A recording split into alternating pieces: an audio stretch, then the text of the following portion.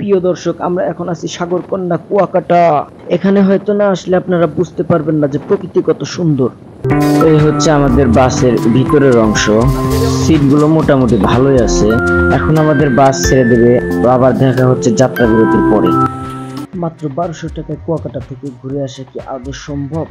হ্যাঁ, অবশ্যই সম্ভব। এই তো কয়েকদিন আগে আমরা নিজেরাই ঘুরে আসলাম মাত্র 1200 টাকা। চলুন আপনাদেরকেও কিছু টিপস দিই। আমার এই ভিডিওটি মূলত বাজেট ট্রাভেলার্স এবং স্টুডেন্টদের জন্য। আমাদের এবারের যাত্রা শুরু সাভার থেকে। আমার যেহেতু বাজেট ট্যুর, তাই আমি মূলত ট্রাভেল এজেন্সির মাধ্যমে আমি সব জায়গায় ট্যুর করে। আমাদের যাত্রা প্ল্যান পাটুরিয়া ঘাট হয়ে যাব এবং পদ্মা সেতু হয়ে চলে আসবো। এবারে আমাদের যাত্রাপথের গাইড হিসেবে থাকছে সাভার ট্রাভেলার্স গ্রুপ। তাহলে চলুন, আমাদের বাকি কথা হবে কুয়াকাটা পৌঁছানোর পর।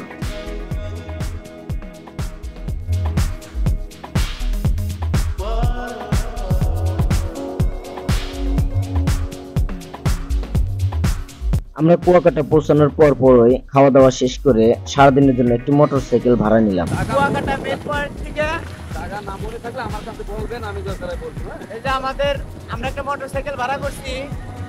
এই মামা আমাদেরকে আজকে সারাদিন ঘুরাবে। আমার নামটা কি জানো? মামা আমার নাম জালাল ভাই। জালাল আমার সিরিয়াল নাম্বার 224 নাম্বার সিরিয়াল। হ্যাঁ, আপনার নামটা জানো কি? আমার নাম জালাল ভাই।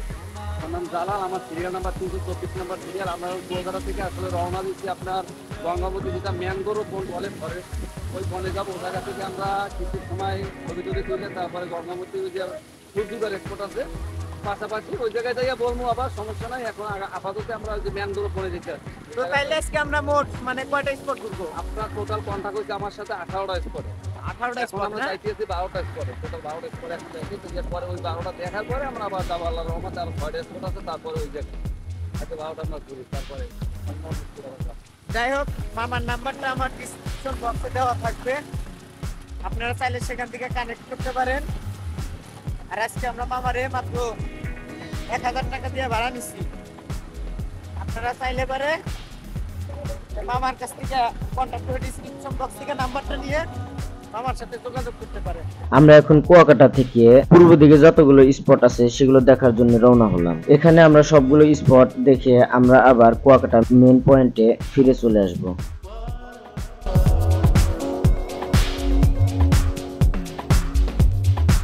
আমরা এখন আশেপাশের প্রকৃতিকে দেখতে দেখতে চলে যাচ্ছি কাওয়ারচরের উদ্দেশ্যে।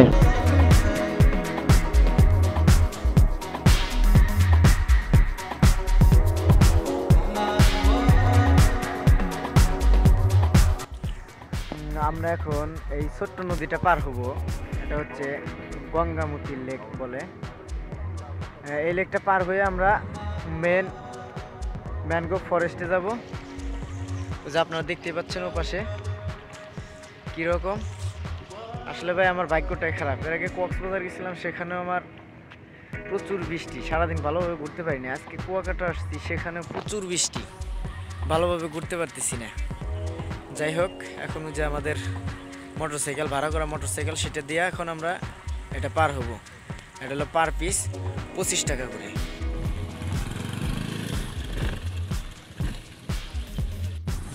আমরা এখন কাওয়ারচরে আসছি। বন্ধুরা, আমরা এখন কাওয়ারচরে, কুয়াকাটার বিখ্যাত সেই কাওয়ারচর। হয়তো বৃষ্টি, এই ফিলিংসটা অন্যরকম। শীতের টাইমে আসলে হয়তো এই ফিলিংসটা পাবো না। এক সাইডে সমুদ্র, সমুদ্রের গর্জন, আর এই যে কাওয়ারচরের যে প্রাকৃতিক পরিবেশ, আল্লাহ তাআলার সৃষ্টি, এগুলো শুকরিয়া করে শেষ করা যাবে না। আমরা পিছনের ক্যামেরাতে আপনাদেরকে ভালোভাবে দেখাইতেছি আল্লাহ তাআলার যে প্রাকৃতিক নিদর্শনগুলো। একদিকে সুবিশাল বন আর অন্যদিকে সুবিশাল জলরাশি। আমরা এই প্রকৃতি উপভোগ করতে করতে রওনা হলাম মিস্ত্রিপাড়া বৌদ্ধ মন্দির, মিষ্টি কুয়ার পানি এবং রাখাইন তাঁতপল্লী উদ্দেশ্যে।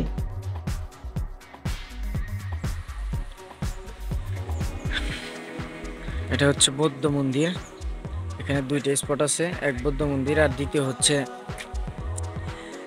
মিষ্টি পানির কুয়া। চলুন পর্যায়ক্রমে আপনাদেরকে আমি দেখাইতেছি।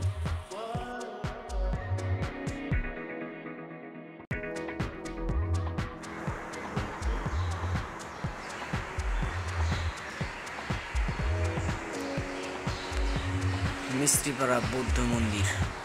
রাখাইন সম্প্রদায়ের যে লোকগুলো আছে তাদের এটা হচ্ছে প্রার্থনালয়, এখানে তারা প্রার্থনা করে।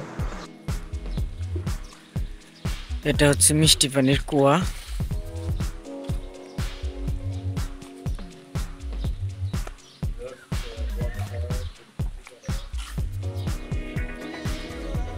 এই যে দেখেন কুয়ার ভিতরের অংশ।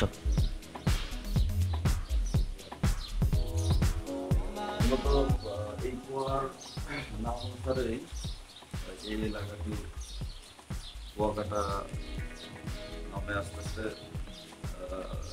পরিচিতি লাভ করে। এ মূর্তি বেটা, এ তোর জন্য যে চা, এ দেখ চা পানির ব্যবস্থা করে রয়েছে, খাইস বুঝছস। ঐতিহ্যবাহী মিস্ত্রিপাড়া রাখাইন তাঁত পল্লী, এখানে তারা হাতে বুনন করে তাদের কাপড়গুলা তৈরি করে।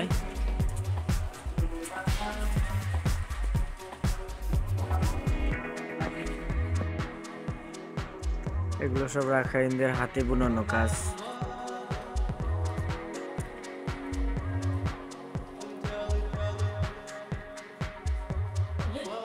দোকানগুলো দেখলেন, প্রত্যেকটা দোকানে এই চাদর শাড়ি এখান থেকে এরা নিজেরাই তৈরি করে এখানে বিক্রি করে। আপনারা এখানে আসলে অবশ্যই এখান থেকে পণ্যগুলো সংগ্রহ করতে পারবেন।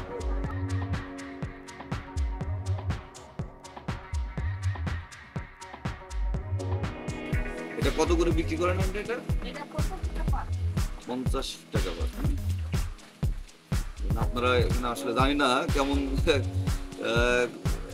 খেতে কেমন হবে, তারপরও আমরা আগ্রহ সহকারে এখানে যখন শুনলাম এরকম উনি এটার উপরে তার জীবিকা নির্বাহ করে, তো সেই জায়গা থেকেই আমরা ভিতরে প্রবেশ করে ভাবলাম যে কিছুটা বারবার একই অনুরোধ করছে, আপনারা যারা এখানে কুয়াকাটায় ঘুরতে আসবেন এবং এই রাখাইন পল্লীতে রাখাইন এই দোকানটা আনবে, দোকানটি হচ্ছে রাখাইন যে মার্কেটটা, রাখাইন মার্কেটের পিছন সাইডে যে গলিটা আছে, এই গলি ধরে আসলে আপনারা এই জিতু ওয়াইন ফুড স্কুলটা পেয়ে যাবেন। আমরা এখন কুয়াকাটা পূর্ব দিক থেকে ঘোরা শেষ করে আবার পশ্চিম দিকে রওনা শুরু করি।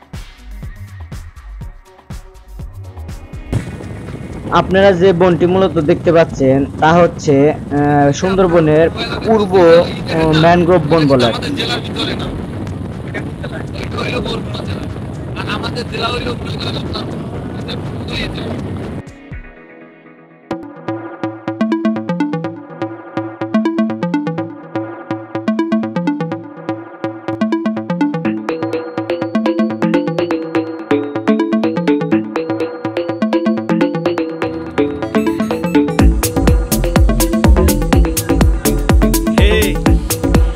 এই যে লাল কাঁকড়া ধরে ফেলেছি দেখেন।